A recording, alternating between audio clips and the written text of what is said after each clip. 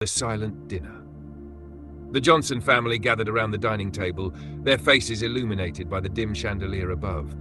The clinking of silverware against porcelain was the only sound in the room. No one dared to speak. Anna, the matriarch, glanced at her husband Mark, whose eyes were glued to his plate. Their children, Sophia, a spirited 17-year-old, and Jason, a withdrawn 14-year-old, sat across from them, both lost in their own worlds. Anna sighed. "How was school today, Jason?" she asked, forcing a smile. Jason shrugged without looking up. Sophia rolled her eyes. "Same as always. Boring," she muttered, stabbing her salad. Mark cleared his throat. "Maybe if you paid attention, it wouldn't be boring," he said, his tone sharp. Sophia's fork froze mid-air. "Maybe if you cared about what we think instead of criticizing us all the time, we'd actually want to talk to you," she snapped.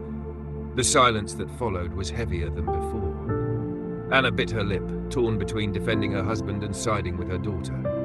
Later that night, Anna sat on the edge of her bed, staring at the framed family photo on the dresser. They looked so happy back then, smiling at the camera during a summer vacation. She couldn't remember the last time they'd laughed together. Mark entered the room, loosening his tie. "You let her talk to me like that?" he said, his voice low but laced with frustration. Anna turned to him. "What do you expect me to do, Mark? You're always so hard on her. She's just a teenager." "And Jason?" Mark shot back. "He barely speaks. Do you think that's normal?" Anna felt a pang of guilt. Jason had grown more distant lately, retreating into his room for hours. But how could she address it when she and Mark were barely on speaking terms themselves? Sophia sat in her room, scrolling through social media. She paused on a post from her best friend Mia, who had uploaded pictures of a party Sophia wasn't invited to. Her chest tightened. It wasn't just her family. She felt like an outsider everywhere. A knock at the door made her jump. "What?" she called out. "It's me," Jason said softly. She hesitated before opening the door. Jason stepped in, his eyes downcast. "Do you think Mom and Dad are going to split up?" he asked. Sophia's heart sank. She didn't have an answer. Instead, she pulled him into a hug, something she hadn't done in years. Jason spent most of his time online, finding solace in gaming forums and chat rooms. It was the only place he felt understood. At school, he was invisible. At home, he was a ghost. One evening, he overheard his parents arguing again. Their voices carried through the walls, each accusation like a dagger to his chest.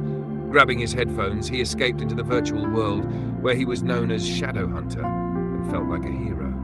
But even there, the loneliness crept in. He wanted to tell someone how he felt, but who would listen? Anna stood in the kitchen, staring at the sink full of dirty dishes. She'd spent years trying to hold the family together, but it was like trying to mend a shattered vase. When Mark walked in, she turned to him. "Do you even care anymore?" she asked, her voice trembling. Mark looked taken aback. "What are you talking about?" "This family," she cried. "We're falling apart, and you act like it's not happening." Mark's shoulders slumped. "I'm trying, Anna. I don't know how to fix this. I don't know how to fix this." That night, Mark sat in his car outside the house, staring at the dashboard. He remembered the early days of their marriage when they dreamed of a perfect family. Where had it all gone wrong? He thought about Sophia's defiance and Jason's silence. Were they acting out because of him? The thought was a bitter pill to swallow.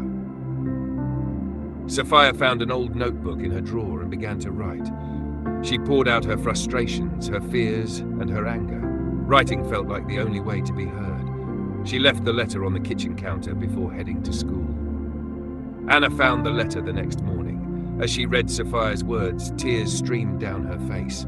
The pain her daughter had been hiding was unbearable. She showed the letter to Mark, who read it in silence. When he finished, he looked at Anna, his eyes filled with regret. "We need to fix this," he said. That evening, Anna and Mark called a family meeting. Sophia and Jason sat on the couch, wary. "We've been failing you," Mark admitted, his voice shaking, "and we're sorry." Sophia looked away, but Jason spoke up. "Why now?" "Because we love you," Anna said, "and we don't want to lose this family." It wasn't easy, but the Johnsons began to rebuild. They started with small steps, family dinners without phones, weekend outings, and open conversations. Sophia found comfort in sharing her thoughts. Jason started opening up about his feelings, and Anna and Mark worked on their marriage. The road ahead was long, but for the first time in years, they felt like a family again.